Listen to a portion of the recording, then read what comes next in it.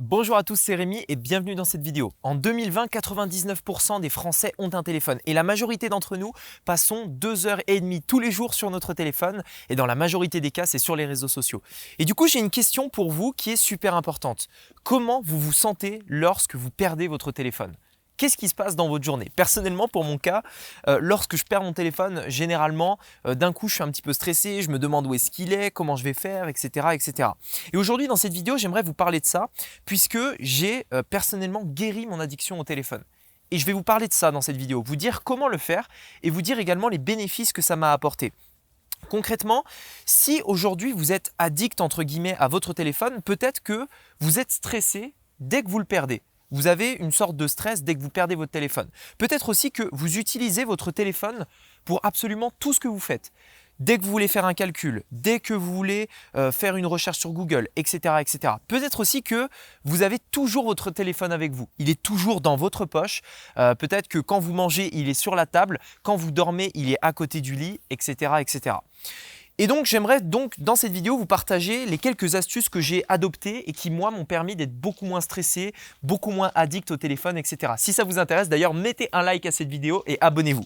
La première chose qui m'a véritablement aidé a été le fait d'être constamment en ne pas déranger sur mon téléphone. Et quand je dis ne pas déranger, sur l'iPhone, vous avez une fonctionnalité qui vous permet en fait tout simplement quand vous cliquez dessus, de ne pas recevoir de notifications, de ne pas en fait tout simplement sentir le téléphone qui vibre dans sa poche. Pourquoi?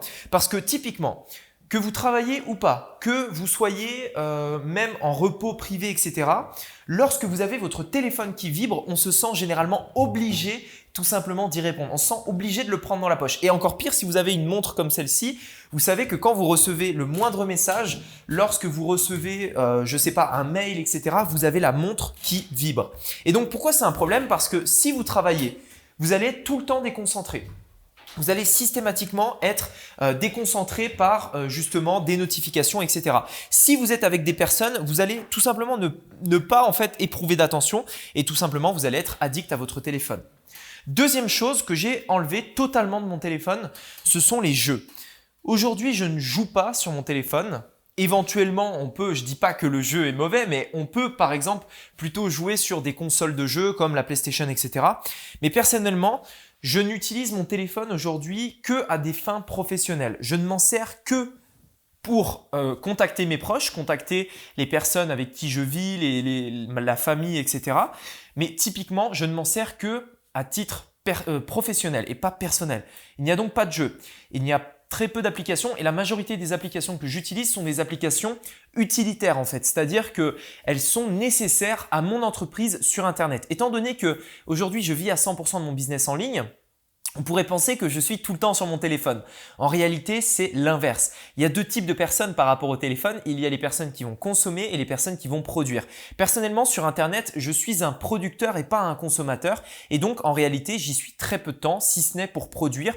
Mais donc, c'est comparé à la plupart des gens qui vont y passer plusieurs heures, peut-être chaque jour sur les réseaux sociaux, je vais y passer beaucoup moins de temps étant donné que je produis et que je ne consomme pas. Si aujourd'hui, peut-être que vous aussi, vous avez envie d'être plutôt producteur que consommateur sur les réseaux sociaux, parce que vous comprenez pas vraiment ce que ça apporte. Parce que entre nous, quand vous êtes sur Facebook, qu'est-ce que vous faites en fait? Quand vous êtes sur Instagram, qu'est-ce que vous faites? Et quand vous êtes sur TikTok, qu'est-ce que vous faites?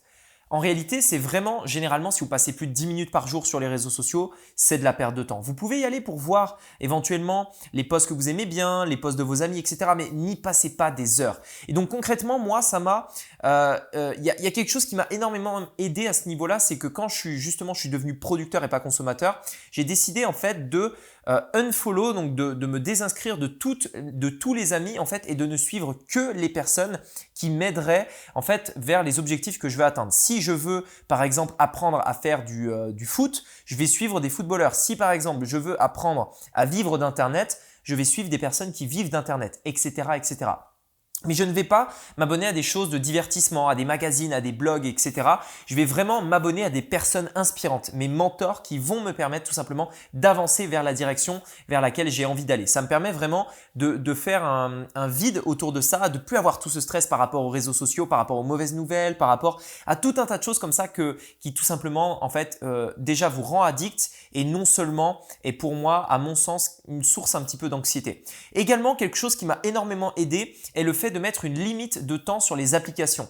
Sur votre téléphone, aujourd'hui, si vous avez un iPhone, vous pouvez vous mettre des alertes. C'est-à-dire que lorsque vous avez passé plus de 10 minutes par jour sur Instagram, vous avez un message qui s'affiche qui vous dit temps écoulé, vous avez déjà passé 10 minutes sur Instagram, etc.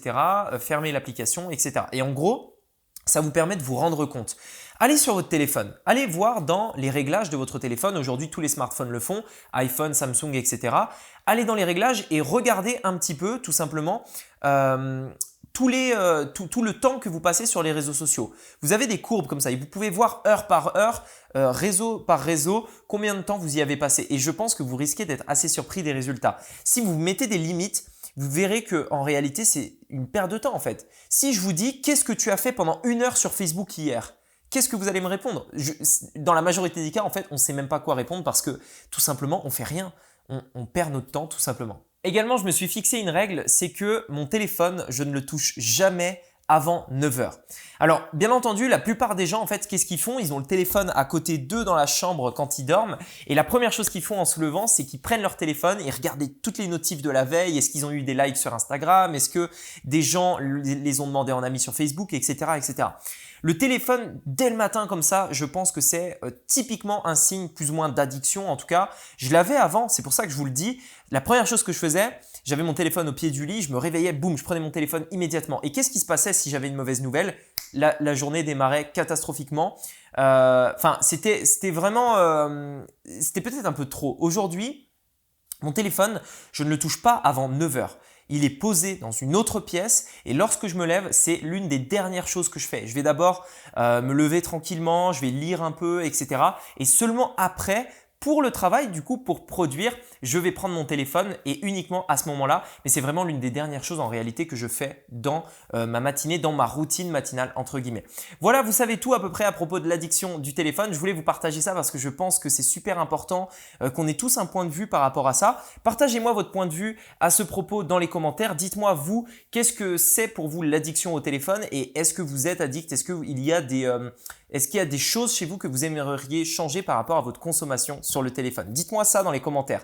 Et également, si ça vous intéresse de savoir concrètement comment je fais pour vivre avec mon téléphone, justement comment j'utilise mon téléphone pour produire et non pas consommer, eh bien je le fais en fait avec mon business sur Internet, avec mon business en ligne qui me permet aujourd'hui d'être totalement libre financièrement, de pouvoir voyager, de pouvoir travailler où je veux dans le monde tout simplement. Si ça vous intéresse d'en savoir plus, je vous mets un lien dans la description de cette vidéo. C'est une formation gratuite qui vous montrera concrètement comment je fais. Je vous en dis pas plus, vous verrez, c'est gratuit, ça vous engage absolument à rien et ça devrait vous apprendre énormément de choses. Merci beaucoup, n'oubliez pas de mettre un like et de vous abonner et on se dit à très bientôt. Ciao.